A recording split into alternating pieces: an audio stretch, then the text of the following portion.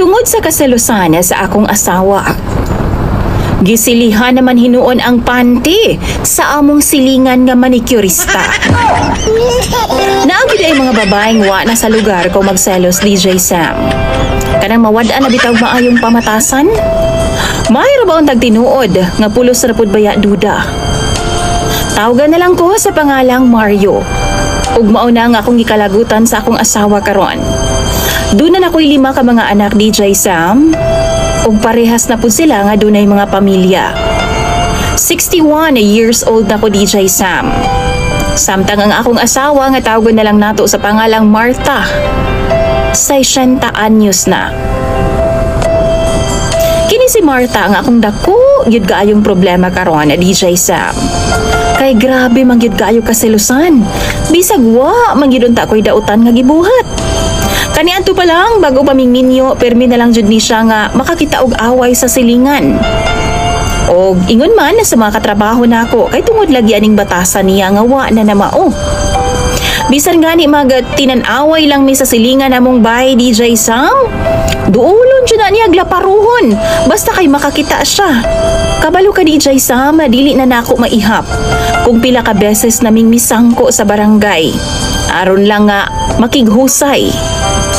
Ug wa po'y mahimo usahay ang kapitan kay kung dili pabor sa iyaha ang desisyon, aw-awayon siya sa akong asawa. Hangtod karon nga idara na mi, DJ Sam, maog gyapon na ang iyang tirada. O gani bag-uhay lang ni hapit pud makalayas ning among gipuy-an karon tungod sa binuhatan na pod sa akong asawa. Naman gud mi silingan, DJ Sam, nga manikurista. Si Isabel. Disente na si Isabel, ha. Suki jud ni siya sa pagpanghinlo sa kuko dinhi sa amo ang lugar, gawas lang nako. Sa parlor gid ko kapahinlo, DJ Sam, kauban ang akong Mrs. Perni.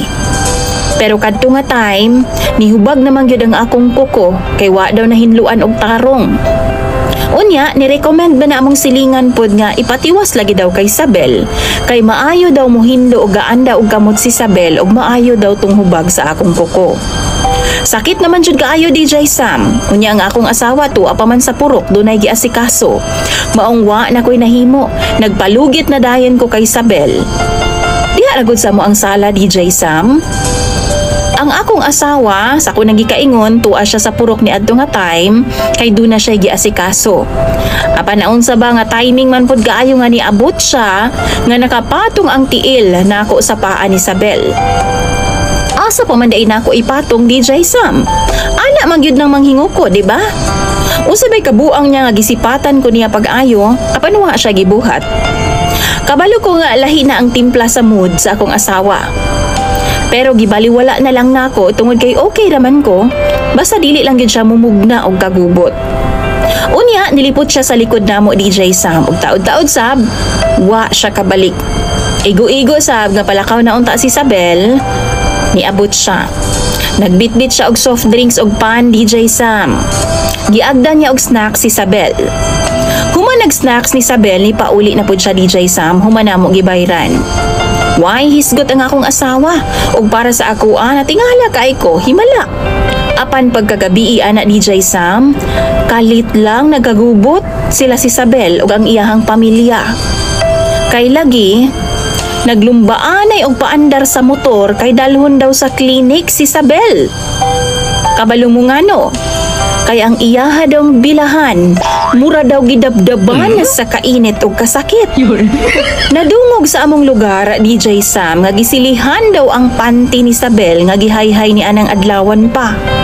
Kaila ko sa akong asawa, mao ako adayon siyang gikompronta, DJ Sam. Og sakto gyud ko, may lain pa ba? Gisilihan gyud ay niya ang panty ni Isabel sa gawas sa ilang bahay, DJ Sam.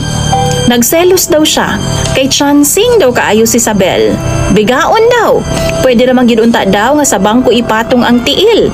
Nganong sa paa man jud daw. Kay giganahan sab daw si Isabel.